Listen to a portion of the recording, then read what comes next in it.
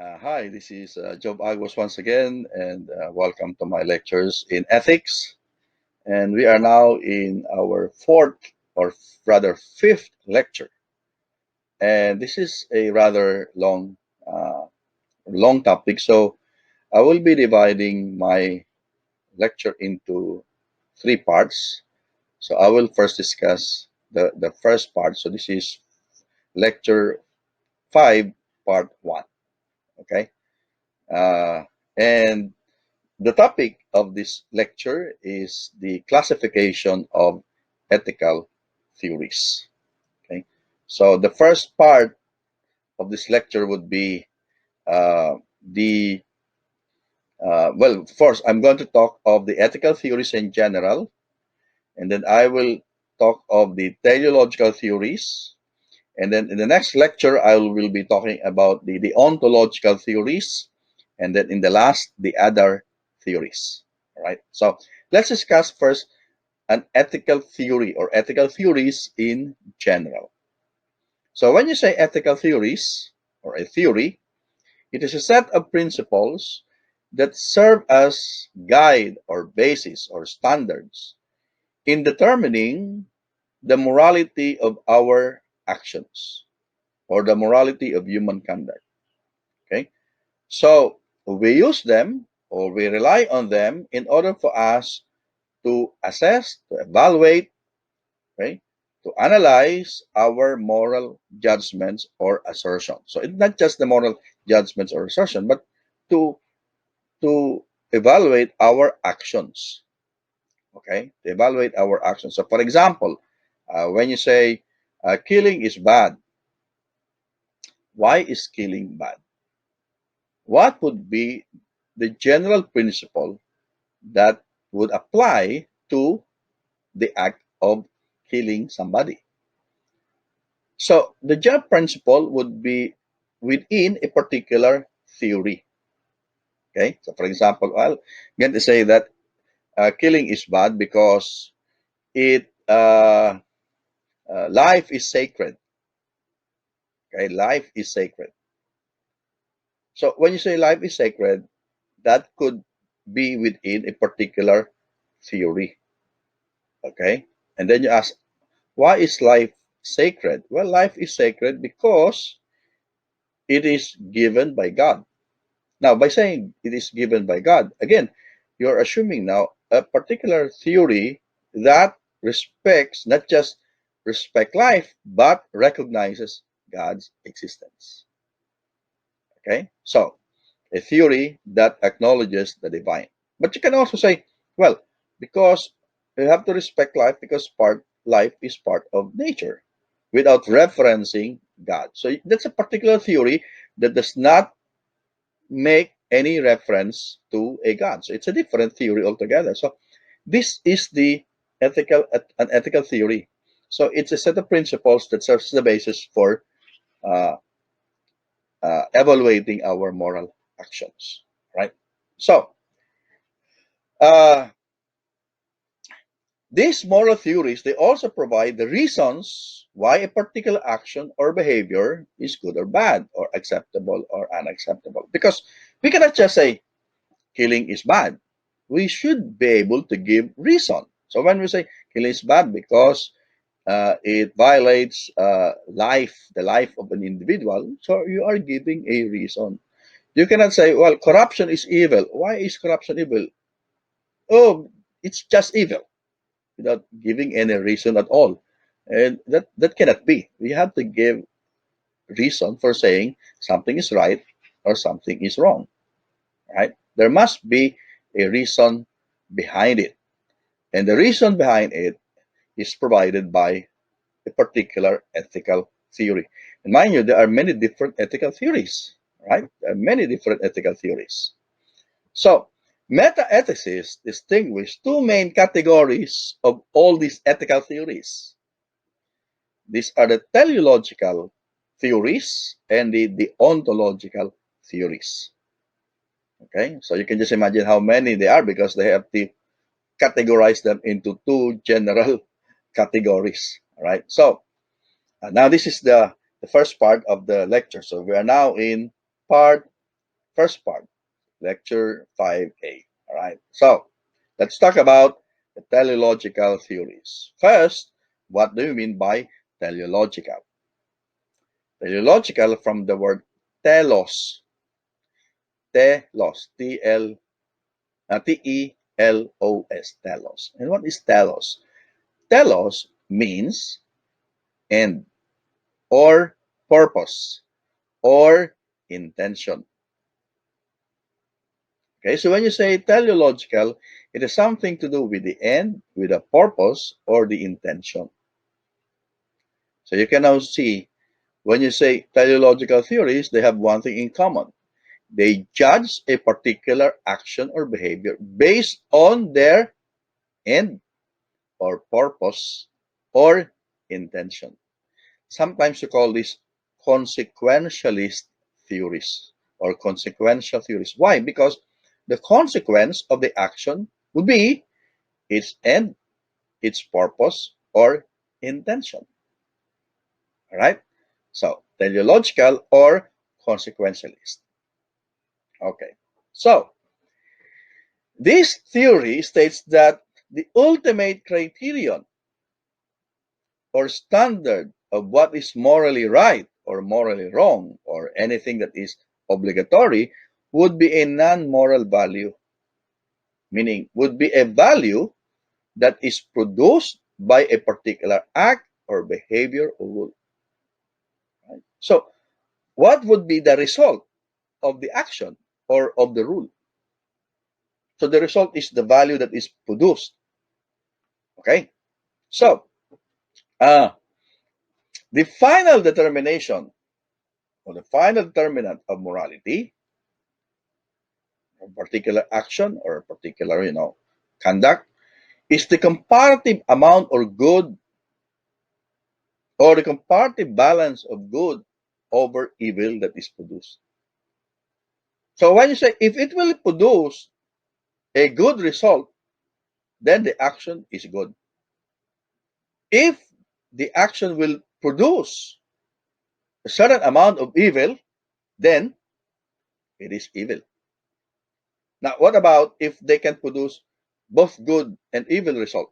Well, it will depend. If it will give a heavier weight of goodness as compared to evil, then it is good. So the point here is that the final determinant of morality would be the result, the good result that comes out of the act or the rule.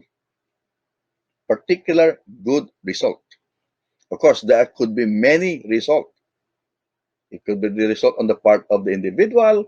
It could be a result on the part of the society, or it could the result on the individual could either be this pleasure, it could be interest, okay, it could be utility, etc., etc. So there could be many different kinds of result. Therefore, there are many kinds of teleological or consequentialist theories. Okay, so let's discuss the first one, hedonism. Okay, hedonism.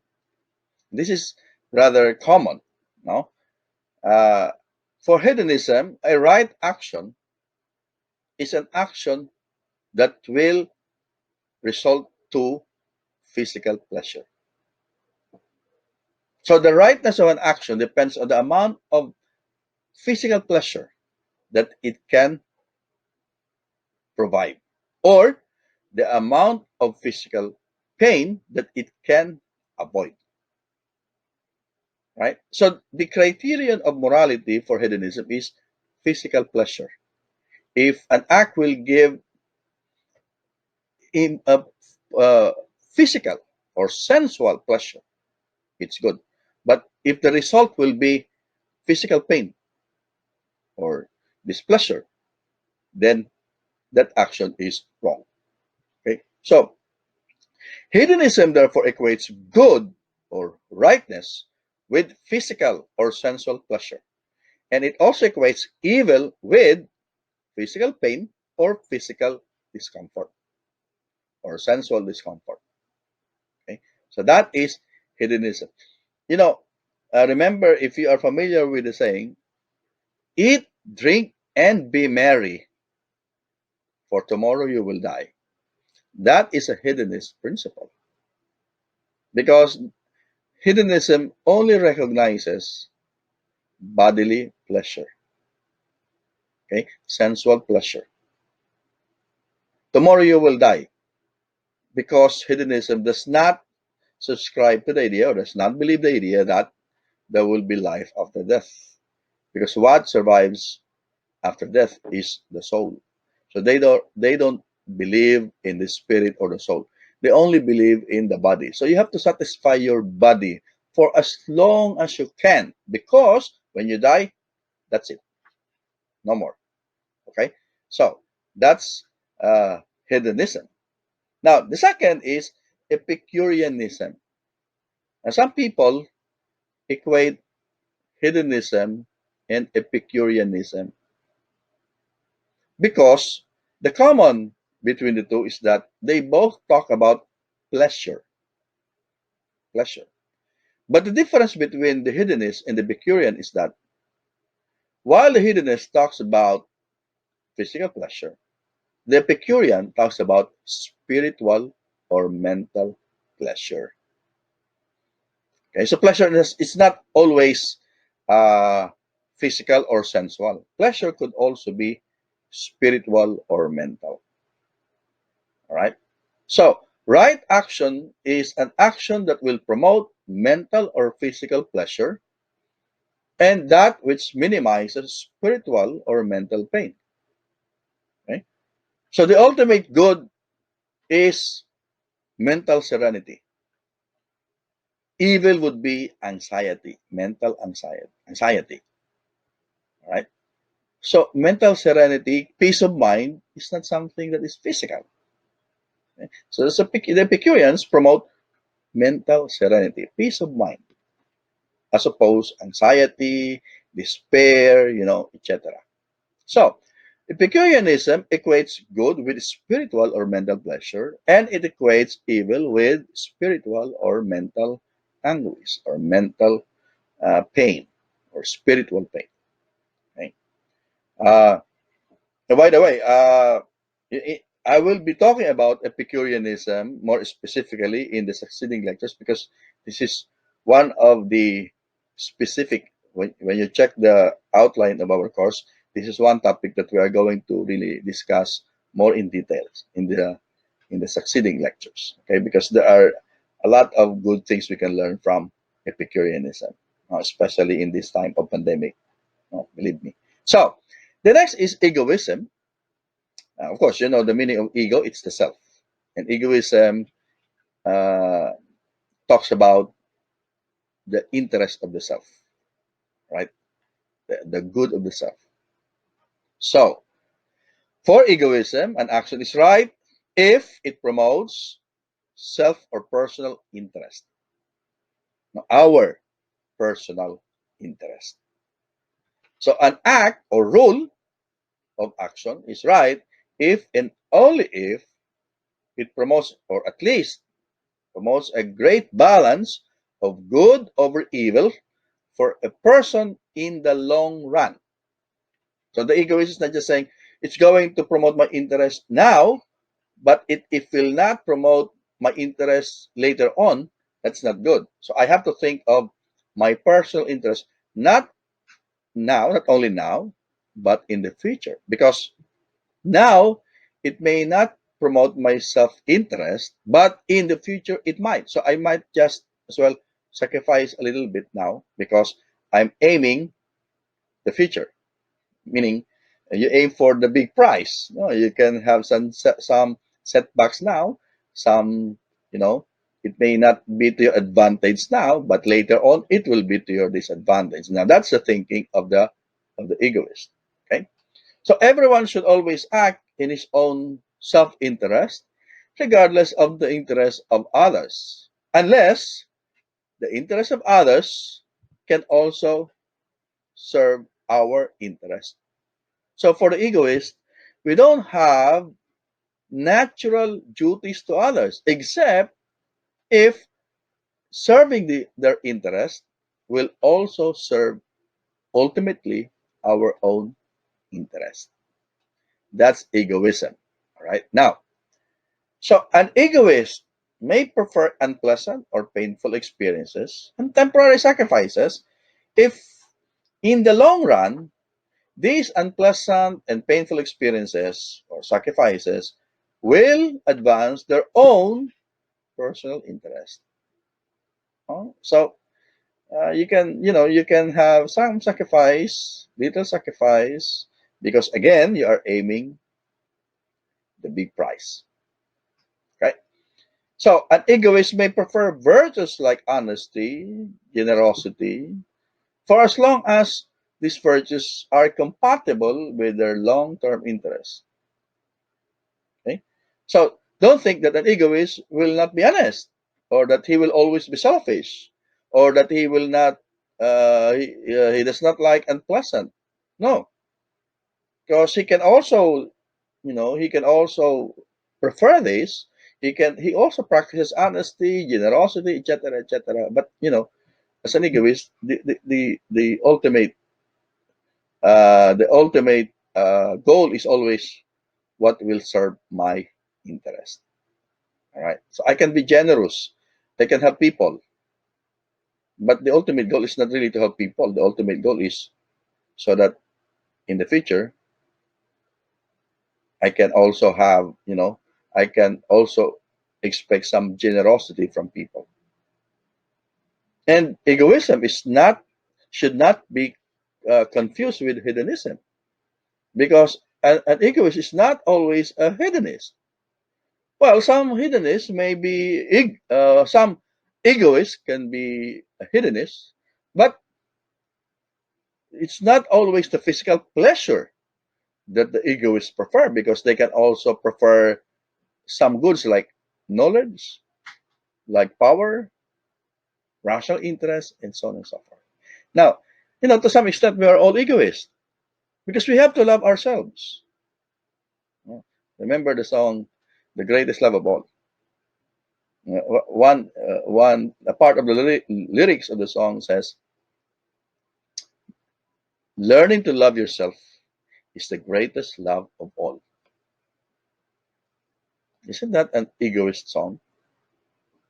Because to some extent, we are all egoists.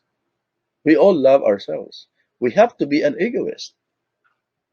Okay, but of course, we have to balance between interest, our interest, in the interest of others, the good, our good, and the good of others.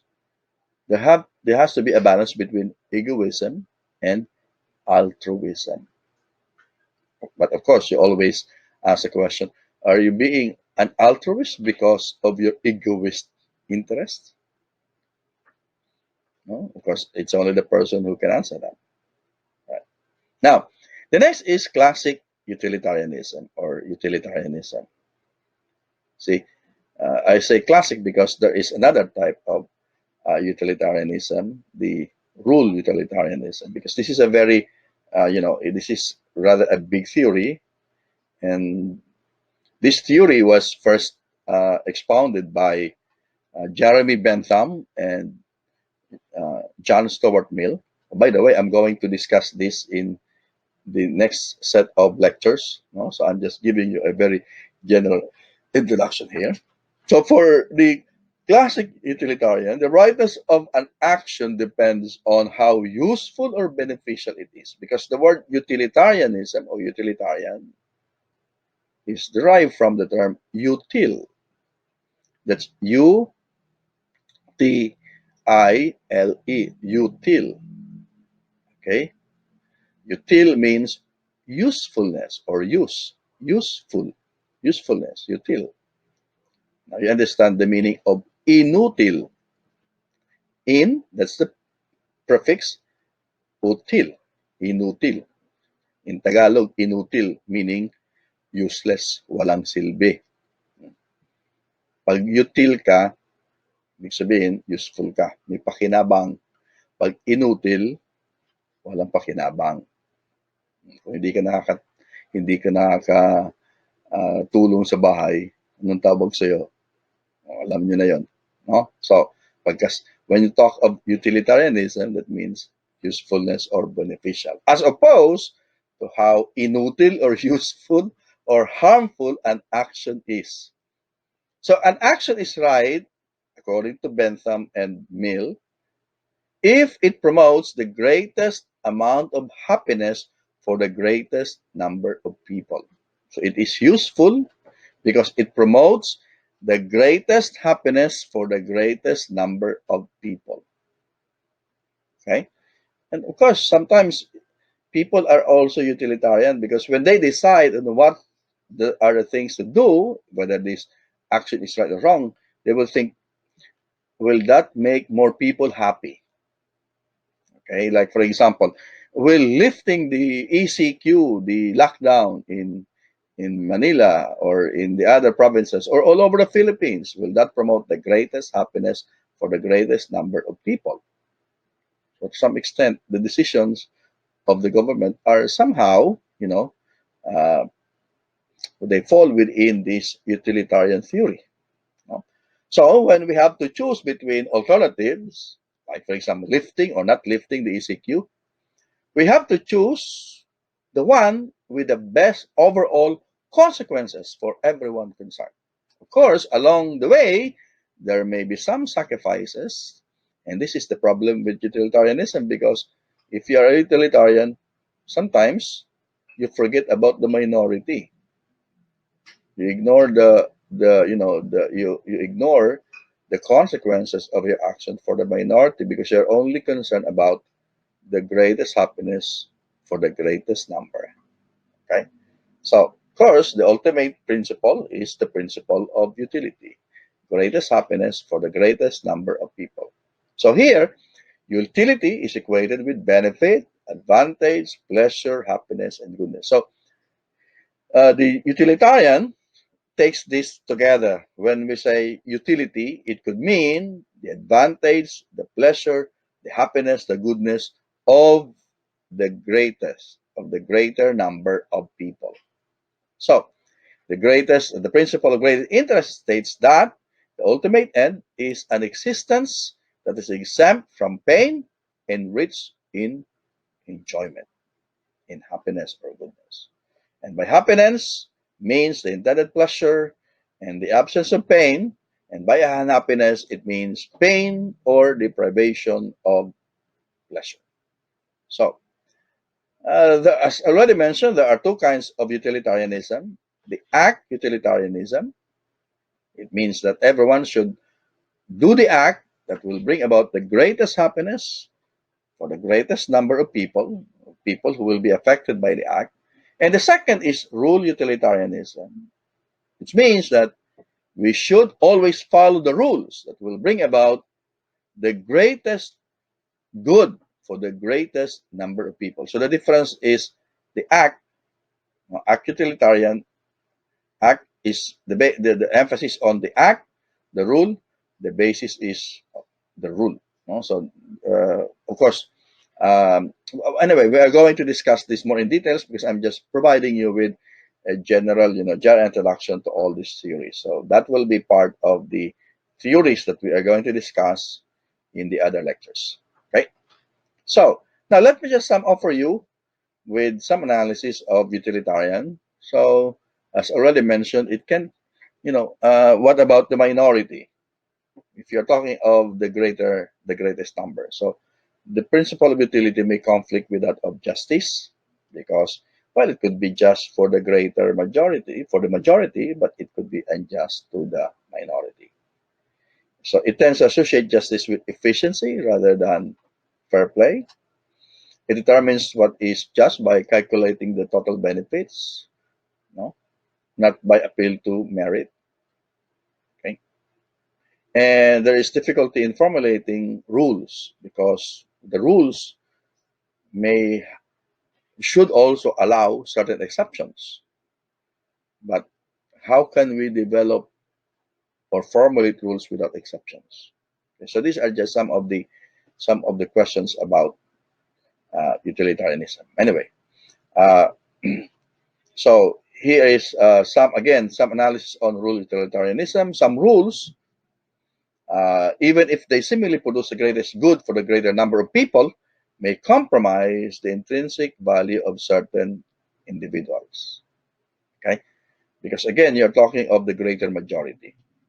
Okay, and since morality, utilitarianism equates morality with usefulness for the greatest number of people, then actions that are directed to the minority, no matter how good they can become immoral because they are not useful for the good of the majority. So these are just some of the questions about utilitarianism. And again, as I've said, we are going to discuss that in another lecture.